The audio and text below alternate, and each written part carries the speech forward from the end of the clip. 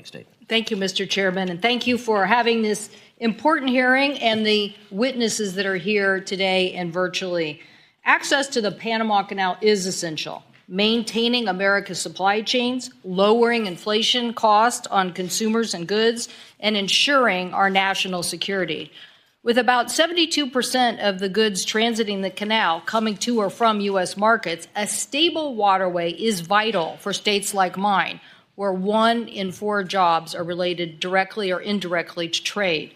Seattle-based SSA Marine, operated in the Manzanillo International Terminal in Colón, Panama for the last 30 years, is our largest U.S. logistics presence in Panama, with 19 massive cranes, 3.5 million cargo containers, and employing over 1,000 people.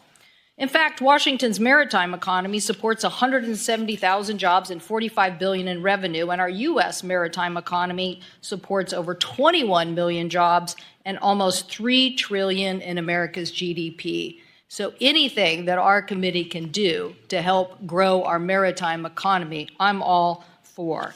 That is why it's so important that the committee not just focus on Panama, but the broader solutions to meet our U.S. maritime opportunities and challenges. This committee passed the Ocean Shipping Reform Act, led by our colleagues, Senator Klobuchar and Senator Thune, to address shipping costs and stop carriers from practices that delayed U.S. cargo or increased costs. This law also gave the FMC, our 2 commissioners that are here today, the ability to do better investigation. So I look forward to hearing about their investigation on the Panama Canal and these cost issues. And many members of this committee have worked on the infrastructure bill to do dock replacements in places like Alaska, rail improvements, pier infrastructure, safety improvements, container yard expansion, and I know that my colleagues who represent these maritime investments need a maritime workforce and continued investment. Many of our colleagues, Mr. Chairman, have great ideas. Senator Kelly and Young from the Senate, Representatives Garamendi and Kelly from the House, and they've been working with maritime stakeholders on these larger bills. But, Mr. Chairman, if this committee doesn't embrace this larger agenda, it's going to get decided in the Finance Committee. So I hope that we can get some of these issues and show that this committee is the committee for maritime jurisdiction. A bill that provides a comprehensive strategy to rebuild America's supply chain supremacy, sea left capacity that we need to defend our interests in the South China Sea and the Indo-Pacific region, and to revitalize our nation's ports and shipbuilding capacity.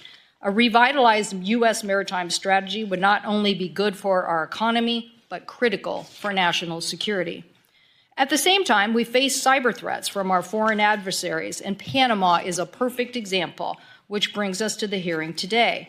I am concerned about Chinese-owned ports in Panama and their proximity to the canal. I'm also deeply concerned about the installation of Chinese equipment from Huawei and Chinese companies near the canal.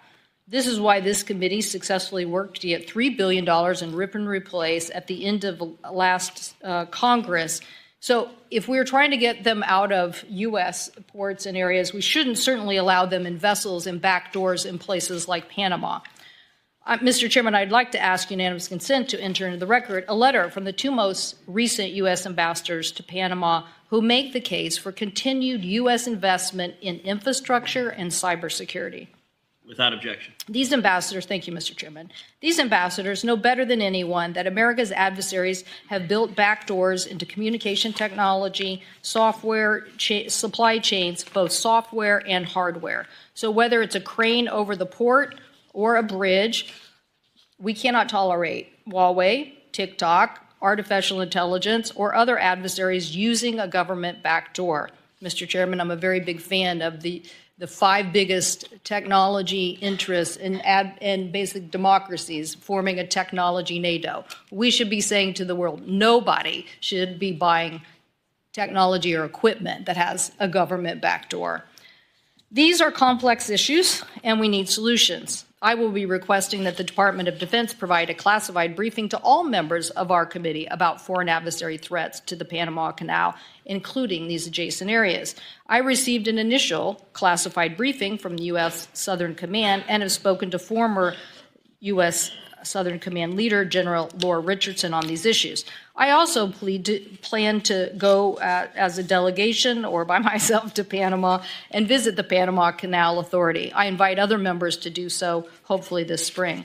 Any successful strategy also has to not just focus on cybersecurity and cooperation, and we'll ask some of our witnesses here today, but the larger issue is we need to understand what are the shortfalls of the current agreement that doesn't get at this upgraded technology concern. I would hope that Panama would be very cooperative in discussing these cybersecurity investments and what needs to be made. As we all know, the Panama Canal is, as an authority, independent, and the Chinese government don't start the shipping rates, but the authority has been grappling with historic rainfalls, climate change, and the solution, I believe, is for us to work together, as the Army Corps did before, on solutions in making sure that instability in water is not the cause of increase in rates.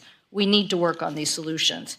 But, Mr. Chairman, I also believe that the larger issue here, as you mentioned in your statement about Belt and Road initiatives by the Chinese and their expansion, needs to be met with an aggressive response by the United States. I firmly believe in trade. But again, easy for me to say, or maybe for Texas, when you're coming from a very trade-dependent state. But the issue is we didn't have an ambassador there for 5 years in Panama. For all my colleagues who hold up ambassadors, you should rethink your strategies when you do this, because holding up ambassadors and not dealing with these issues put us behind the 8 ball. Expanding exports to 95% of the world's consumers and roughly 3.5 billion people, I believe, is a good idea. I hope we can have a more aggressive strategy in Latin America. I think the proposals by Senator Cassidy and Bennett, the Americas Act, is an also like-minded thing of Latin American countries that we could join together in sort of a U.S., Mexico, Canada free trade agreement. And I also believe that a free trade agreement of the Americas that link modernization of all our FTAs in Latin America and the Caribbean would help, along with an aggressive strategy on saying no government backdoors and making the kind of investments that the Export-Import Bank can do to counter China. So, Mr. Chairman, thank you for organizing this important hearing.